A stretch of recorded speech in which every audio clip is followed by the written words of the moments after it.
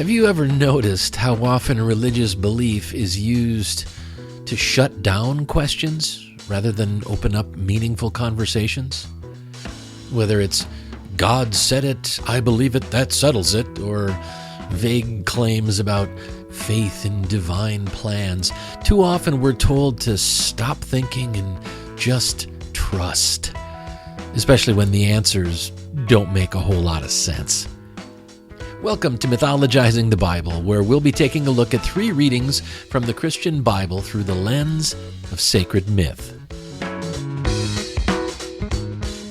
As we reflect on the readings for the 19th Sunday in Ordinary Time, we'll explore what happens when blind faith is held up as a virtue, and how that has often been used to justify oppression, silence dissent, and demand obedience. In this episode, we're asking an honest question. What if living a good life doesn't need divine authority at all?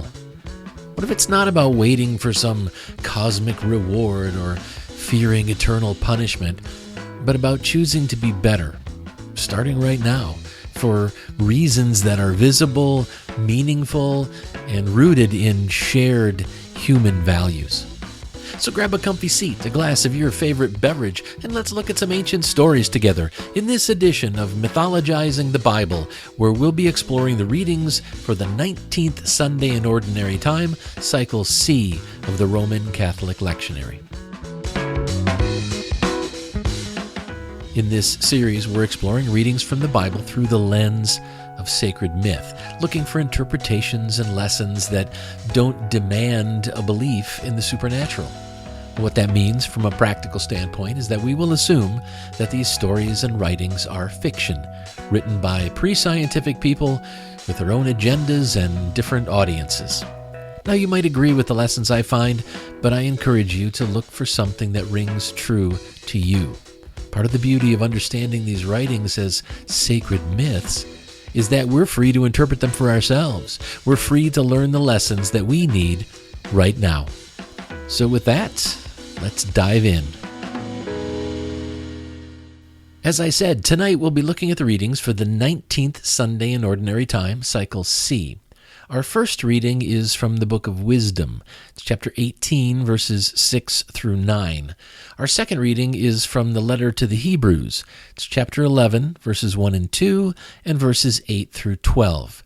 And our gospel reading is from Luke. It's chapter 12, verses 35 through 40. Now we'll start by going through all 3 of the readings, then we'll look for the messages and the main lesson in each one, and finally we'll bring everything together, look at what it means for us today, and talk about where we go from here. And with that, let's begin. Our first reading is from the book of Wisdom. The night of the Passover was made known beforehand to our ancestors, so that they might rejoice in sure knowledge of the oaths that in which they trusted. The deliverance of the righteous and the destruction of their enemies were expected by your people. For by the same means by which you punished our enemies, you called us to yourself and glorified us. For in secret the holy children of good people offered sacrifices and with one accord agreed to the divine law, so that the holy ones would share alike the same things, both blessings and dangers, and already they were singing the praises of the ancestors. Our second reading is from the letter to the Hebrews. Brothers and sisters, now faith is the assurance of things hoped for, the conviction of things not seen. Indeed, by faith our ancestors received approval. By faith Abraham obeyed when he was called to set out for a place that he was to receive as an inheritance, and he set out, not knowing where he was going. By faith he stayed for a time in the land he had been promised, as in a foreign land, living in tents, as did Isaac and Jacob, who were heirs with him of the same promise. For he looked forward to the city that has foundations, whose architect and builder is God. By faith, with Sarah's involvement, he received power of procreation, even though he was too old, because he considered him faithful who had promised. Therefore, from one person, and this one as good as dead, descendants were born, as many as the stars of heaven, and as the innumerable grains of sand by the seashore.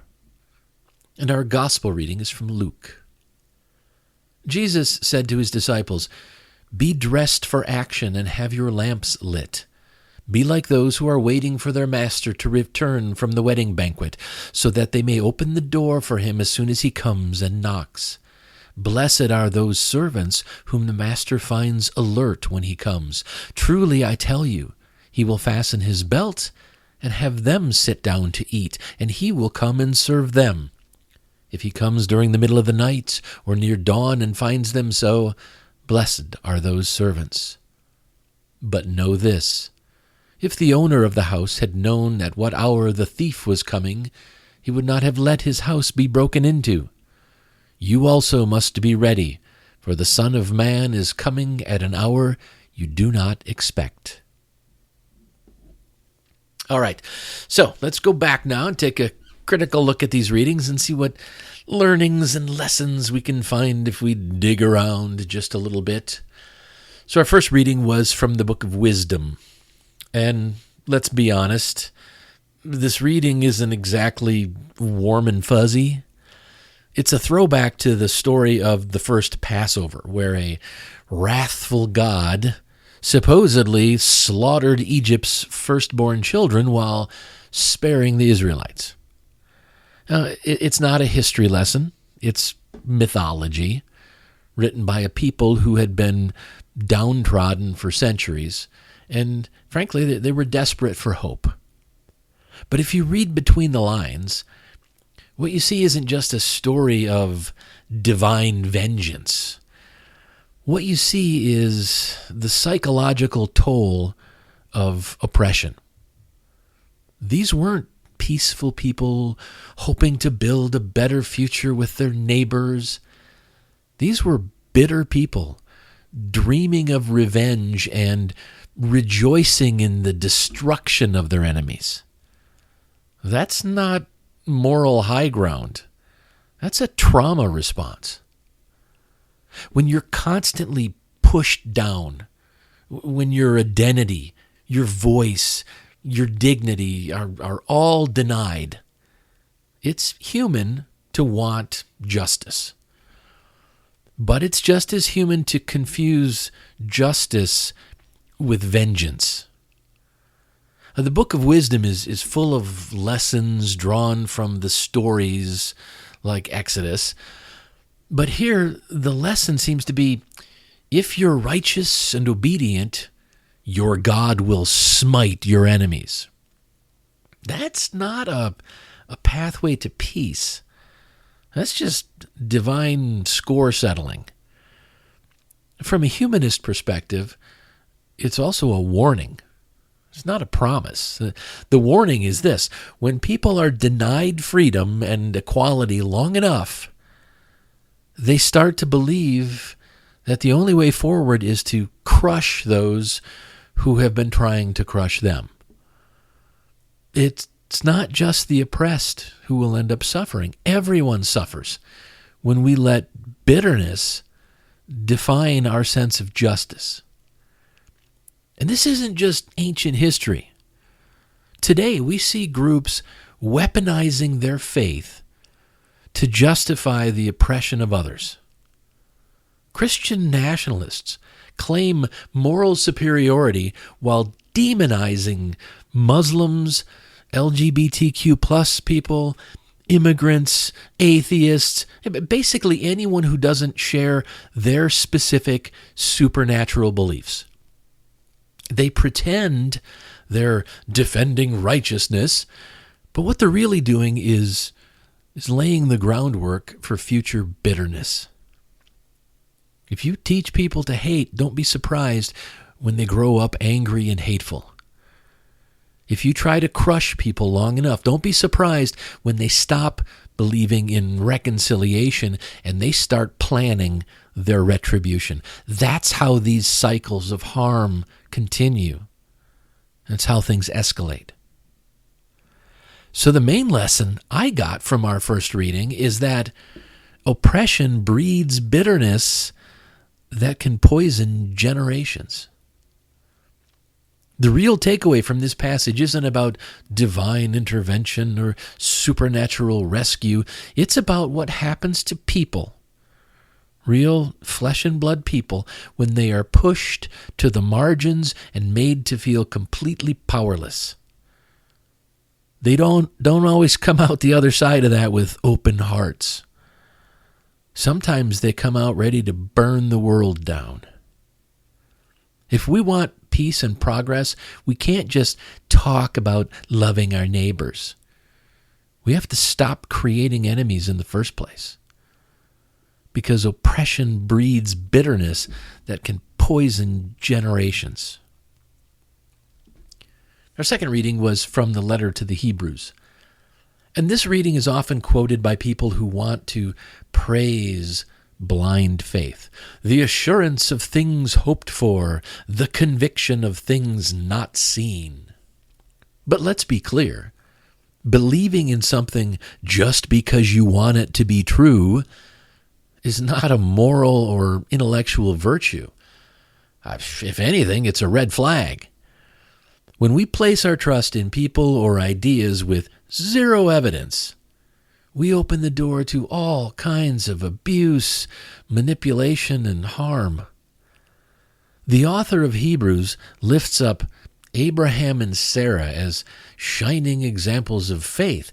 But let's remember, not a single one of the divine promises supposedly made to them has played out as advertised. And when this was written, their descendants were still under foreign rule. They were still under Roman rule. That's not exactly a success story. It's more like a long string of disillusionments that are being rebranded as faith. Now, that doesn't mean the concept of faith is entirely useless, but it works best when it's grounded in trust that's been earned. Now, think about it. We say, I have faith in my community when we see neighbors helping each other. We might say, I have faith in my doctor, because she's proven herself to be competent and compassionate. In those cases, faith isn't about magical thinking. It's about observed behavior that gives us hope for what's to come. So yes, have hope. And yes, take bold action even when the outcome isn't guaranteed. But don't confuse wishful thinking with any sort of actual progress. And let's definitely stop pretending that blind belief in unprovable supernatural ideas is something the world needs more of right now. We've seen what happens when the faithful decide they're right and everyone else is wrong. And it rarely ends well. Faith without evidence has justified crusades, colonization, genocide, book bans, bathroom bills, right? It's still happening. The problem with blind faith is that it usually comes with a heavy dose of arrogance and a license to ignore facts, reason, and other people's humanity. That's how you get folks cheering on oppression in the name of religious freedom or condemning others to hell with a smug smile on their face. It's not about trusting a better future. It's about controlling the present. But what if we reimagined faith? Not as belief in the unseen, but as confidence in what we can do together, right here in the real world. Now, that kind of faith doesn't divide, it connects. And it doesn't demand obedience. If anything, it invites cooperation. So the main lesson I got from our second reading is that faith without evidence isn't noble, it's dangerous. This passage wants us to believe that trusting in visible promises is a sign of righteousness, but history has shown us that faith without evidence is a recipe for manipulation, exclusion, and violence. Oh, it may sound poetic, but in practice, it often turns the faithful into enforcers of dogma instead of builders of peace. Real hope, the kind that changes lives, is built on trust that's earned. It's built on values that unite us and on actions we can actually see. So let's stop glorifying blind belief and start cultivating grounded hope. Because faith without evidence isn't noble. It's dangerous. Okay, our final reading was from the Gospel of Luke. And this passage is one of those parables where the metaphor changes so fast you have to read it again to make sure you didn't miss something. At first, we're told to be like servants, staying awake, ready for their master's return. Then we're suddenly warned about burglars breaking in at unpredictable times. And then, surprise, Jesus says, you must be ready, for the Son of Man is coming at an hour you do not expect. It's all very cryptic. And if you're wondering whether Jesus is supposed to be the helpful master or the sneaky thief, well, join the club. But setting aside the confusing imagery and the religious overtones, I think there's a simple, practical point that still holds up. Stay ready. Be prepared. Don't procrastinate, especially when it comes to doing what matters most. We all crave certainty. That's human nature. But life doesn't come with a script, and it certainly doesn't offer a rigid timeline. Whether it's a health scare, a job loss, or an unexpected opportunity, you rarely see life's curveballs until they're right in front of you. So what do? Well, you live in a way that prepares you for those moments. You nurture relationships now so you're not scrambling to fix broken ones later. You take care of your body now so you're not begging it to cooperate down the road. You save a little money when you can, so you say thank you as often as you can, and you try not to leave hard conversations for too long. These aren't religious commandments. It's just common sense ideas, common sense choices that make life a lot more manageable and generally more meaningful. Living with preparedness, it isn't about fear. It should be about intention. It's about recognizing that each day offers a chance to become more of the person you want to be. You don't need a divine threat or a mystical second coming to motivate you to clean your house, call your friend, or start working on that thing you keep putting off. When you act with purpose, when you keep your moral, emotional, and literal house in order, you're not just ready for surprises. You're actively shaping a better life. And if there is a moment when it all ends, you'll know you didn't wait to start living. So the main lesson I got from our gospel reading is that we should start living good lives now. This parable doesn't need to be about Jesus returning in the clouds or a God who tests your vigilance with some divine game of hide and seek. It can simply be a reminder that the best way to live is with awareness, intention, and care. Starting today, right now. You shouldn't need supernatural warnings or eternal promises. You just need to decide that your time, your relationships, and your integrity matter now. Because life isn't about waiting. It's about showing up ready. We should start living good lives now. All right, let's review the lessons we've talked about so far.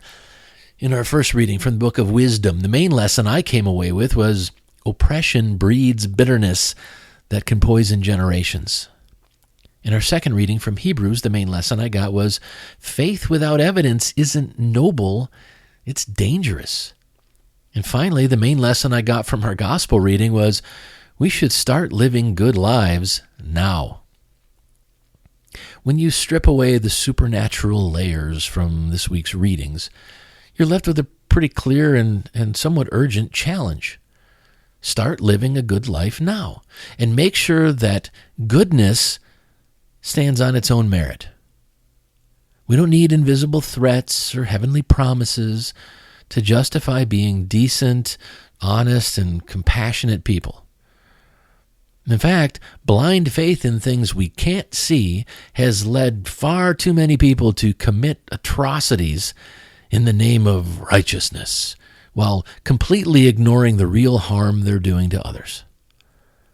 And the more we justify oppression, whether it's through dogma, power grabs, or just plain old indifference, the more bitterness we plant in the world. Bitterness that doesn't just go away on its own. But if we choose to live with integrity, clarity, and courage today, not someday, not after we're saved, but today, we can break that cycle. We can stop fostering division and start building something better. Not because we're afraid of what might happen later in some afterlife, but because we know what kind of world we want to live in right now. So let's step back and take another look at these readings overall and see if we can figure out what these lessons really mean to us in our daily lives. To do this, I'll try to answer two questions. So what and now what? Okay, so what? Why should we care about any of this? Well, we should care about this because blind faith, especially when people can't even define it, is incredibly dangerous. When someone says, I just have faith, but can't explain what that means or why they believe it, that's not noble. It's reckless. It means they're trusting in something they haven't thought through, and worse, they might act on that trust in harmful ways. And when religion wraps that vagueness in emotional comfort, it's easy to ignore the consequences. People start to believe it's okay to judge others, to exclude people, or to harm others because they think some divine authority is backing them up. That's not spirituality, that's moral outsourcing. This is important because comforting beliefs aren't automatically the same as good ones. Yes, it's unsettling to think that life might be random, or to think that, there's no cosmic plan guiding every joy and every tragedy. But pretending there's a perfect script written by an invisible author doesn't make the world kinder. It doesn't make it better. It often makes people more cruel. They start justifying suffering as part of God's plan. Or worse, they start thinking they have permission to cause suffering in God's name.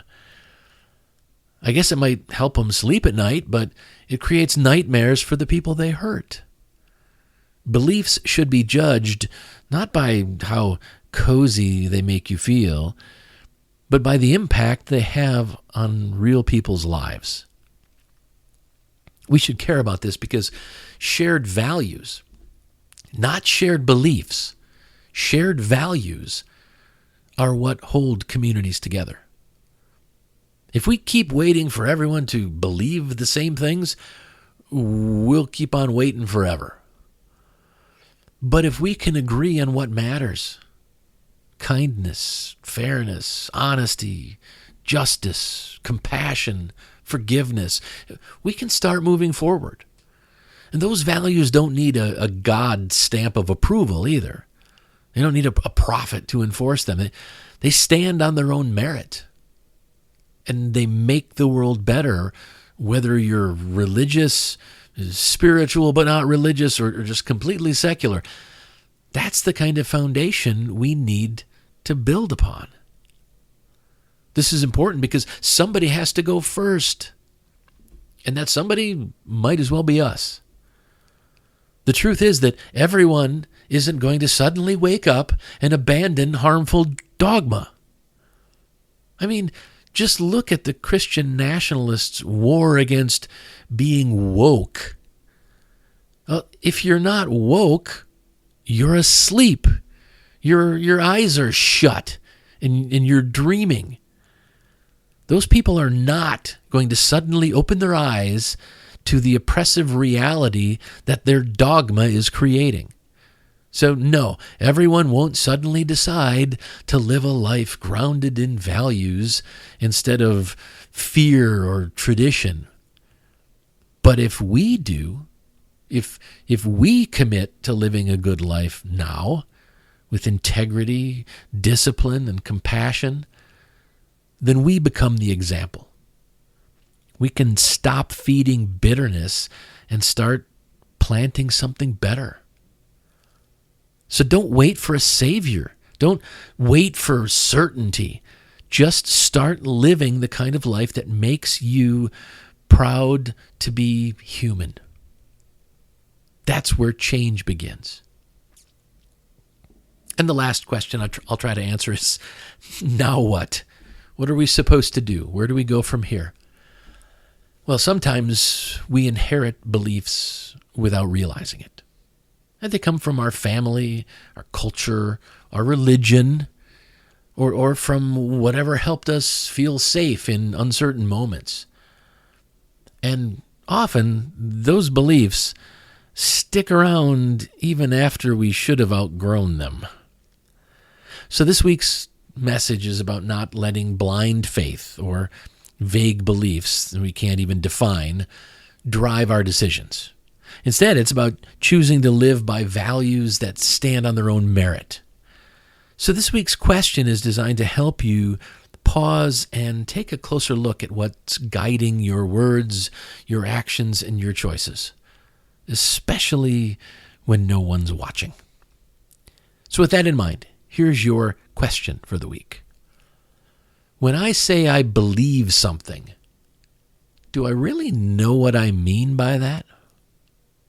So take one belief, big or small, doesn't matter. One belief that you claim to hold. It could be everything happens for a reason, or people should be kind, or I have faith in humanity.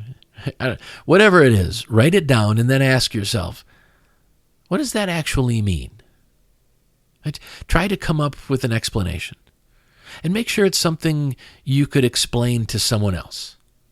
And then ask yourself again, what does that mean? Keep doing that until you've really boiled it down and you have a clear understanding of what you really mean when you say that you believe whatever it is. And once you've done that, ask yourself, where did that belief come from? Spend some time thinking about that. Is it something you were taught? Is it something you inherited? Or did you come up with it on your own? Or did your life experiences help inform or create the belief? Or does the belief inform or create your view of the world and the things that you experience? Right? The idea is to get to a point where you can explain that belief clearly. You can understand why you hold that particular belief and then figure out if it leads to actions that make you and the people around you better. You see, we all build habits around what we claim to believe. And if we don't pause to clarify what we mean, we might find ourselves acting in ways that hurt others or that aren't aligned with our deeper values. So when we define our beliefs clearly and honestly, we're more likely to act with purpose and compassion and integrity. So I used to say, everything happens for a reason. It was one of those go-to phrases that felt comforting and wise, especially when things got rough. And if someone pressed me on it, I'd say something like, well, I believe it's all part of God's plan. But then some pretty horrible shit happened. Things that didn't feel like they could possibly have a good reason behind them. And that's when a new question hit me. If this is part of God's plan, well, shit, couldn't God have come up with a better frickin' plan? Right? That led me down a whole rabbit hole about free will. I asked a priest about it once, and he said something like, well, just because God knows what you'll choose doesn't mean it's not your choice. What? Okay, that didn't sit right with me. If God already knows what I'll choose, then how is it really my choice? That sounded more like predestination than free will. And if that's true, if everything is preordained, then all the awful things that happen, well, they're just part of a cosmic script. Which made me think, wait, do I actually believe that? Eventually, after months of questioning, reflecting, and really being honest with myself, I realized I didn't believe that at all. And what I do believe is that we can learn from the things that happen, even the hard stuff, even the horrible, shitty stuff. We can learn something from everything that happens. We can grow, change, we can become more resilient and wise because of what we've been through. Now, that's very different than saying everything happens for a reason, like there's some invisible hand orchestrating every moment. It's not about fate. It's about what we do with what happens. That was a big turning point for me, because up until then, up until I really unpacked all of that, I didn't even realize my actions weren't really aligned with what I really believed. Now, taking the time to reflect on your beliefs isn't just about deconstructing old ideas. It's about building a better foundation, right? A foundation that's thoughtful, clear, and that's rooted in real values that you can live by. And that kind of clarity doesn't just make you a better thinker. It makes you a more grounded, trustworthy, and much more intentional person in every area of your life. Well, before I wrap things up, I'd like to leave you with one more thought. Theoretical physicist Albert Einstein once said, "Unthinking respect for authority is the greatest enemy of truth." You know, what we're really talking about a lot this week is inherited beliefs, the kind that get handed to us by family, culture, or religious traditions, and whether they actually hold up when we take a closer look. And this quote from Albert Einstein cuts right to the heart of it. Unthinking respect for authority is the greatest enemy of truth. Now, it's easy to assume Einstein was only talking about scientific discovery or political obedience, but I think it goes a lot deeper than that. He's warning us about the very human tendency to accept something as true simply because someone important said it, a priest, a parent, a teacher, or even a sacred book. When we say, "I have faith," or "it's part of God's plan," it can feel like a shortcut to certainty. But what if those words aren't really yours? What if they're just echoes of authority figures you stopped questioning a long time ago? That's why the question this week matters so much. It's not about attacking anyone's faith or throwing away everything you were raised to believe. It's about asking, do I really believe this? Or have I just been repeating it? When we're brave enough to interrogate our beliefs, not cynically, but curiously, that's when we create the space that's needed for truth to start to emerge. Not someone else's version of truth, your truth, the kind that holds up under pressure and still makes sense in the dark. That's the work. That's the growth. Because if we want to live good, grounded lives, we can't just borrow someone else's convictions. We have to build our own.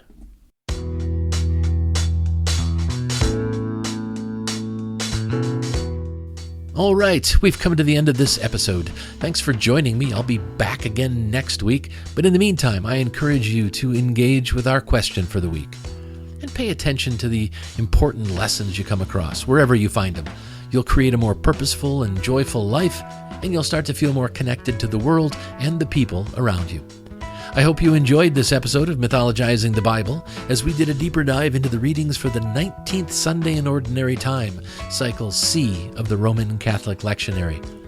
Remember to just start living the kind of life that makes you proud to be human, because that's where change begins. The Bible readings for this episode are from the New Revised Standard Version Updated Edition. Copyright 2021, National Council of Churches of Christ in the United States of America. Used by permission, all rights reserved worldwide. Thank you for listening. If you like this content, please consider telling a friend about it. The more people who hear the positive messages I'm sharing, the better. Mythologizing the Bible is a live-streamed series held most Thursdays at 9 p.m. Eastern Time on twitch.tv/thecodaproject. Every week, the audio of these Mythologizing the Bible presentations is released as a podcast. You can find both the podcast and the video versions of the presentations at thecodaproject.com. CODA stands for Creating Our Divine Alignment. When we learn to align our words and actions with our core values, that alignment feels absolutely exquisite. It feels divine. But it's a divine alignment that doesn't require belief in the supernatural. It's a divine alignment we have the ability to create for ourselves. To learn more, to subscribe to my mailing list, and to keep up on everything I'm doing with the Coda Project, please visit thecodaproject.com.